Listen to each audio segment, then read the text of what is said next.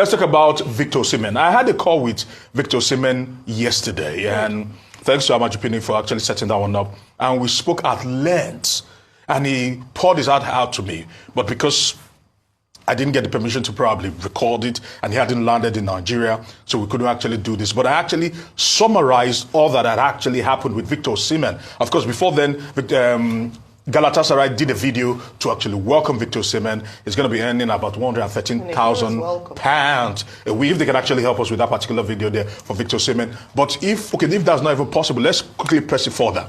There were a lot of things that were said, and he tried to correct all the lies and the claim that he was heavily betrayed and things that were bordering on slavery, because there's been talks about slavery in football, and it's unfortunate this was happening. Let's actually get straight into it, starting off with the first graphics there that just actually encapsulated it. And this goes back to 2022, because Victor Osimhen actually had a great 2022-2023. And if we were to start it off from that particular point, certainly looking at it, he said that Al Hilal actually came in 2022, not even in 2024, and they offered 75 million. Napoli said no, that 500 million pounds on nothing. That scared them away. In 2023, PSG came, according to Victor Osimhen, and he said that they said 150, they offered 150, and SSC Napoli turned it down. In 2023, they had a gentleman agreement between SSC Napoli, the club, Laurentiis, the president, and Victor Osimhen, that Victor Osimhen will get the release clause, 130 million, but that means that after 1 year, he will go. So he was meant to get transferred from the club this year. But the club did everything humanly possible to actually keep him in the club and tie him down to the club. And he said, things are not so well with me. Of course, PSG also came for the second time. 110 million they put on the table.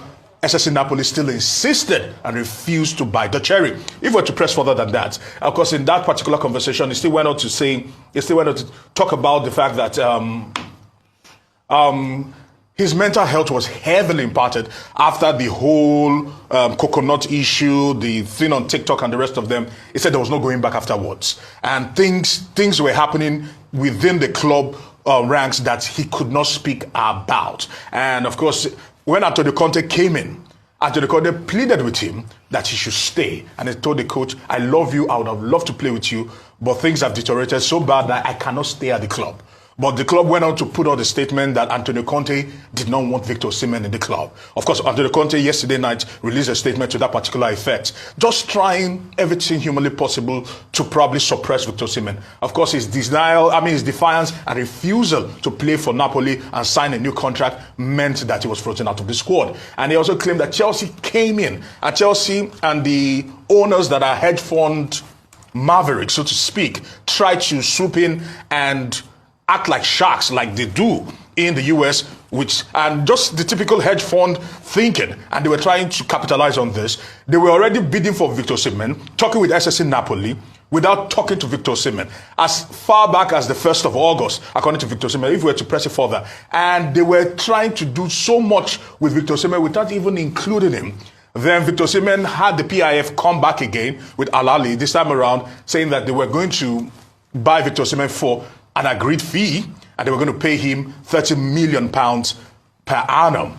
Personal terms were agreed for his daughter to get a school there, get a mansion, and every other thing in between.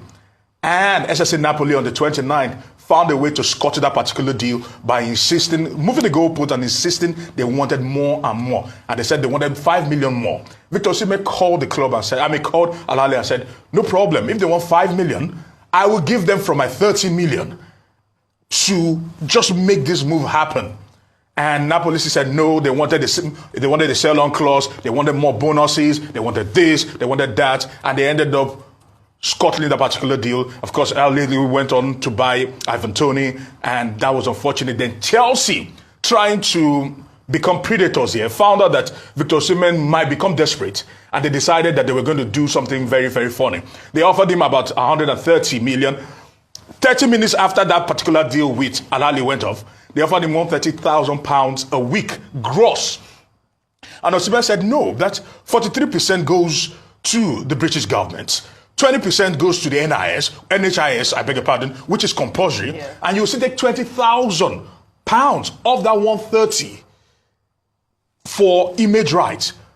How is that possible? What is now left in the salary? If you take out 43%, you take out 20% from another, and you now take out £20,000 from deal 130.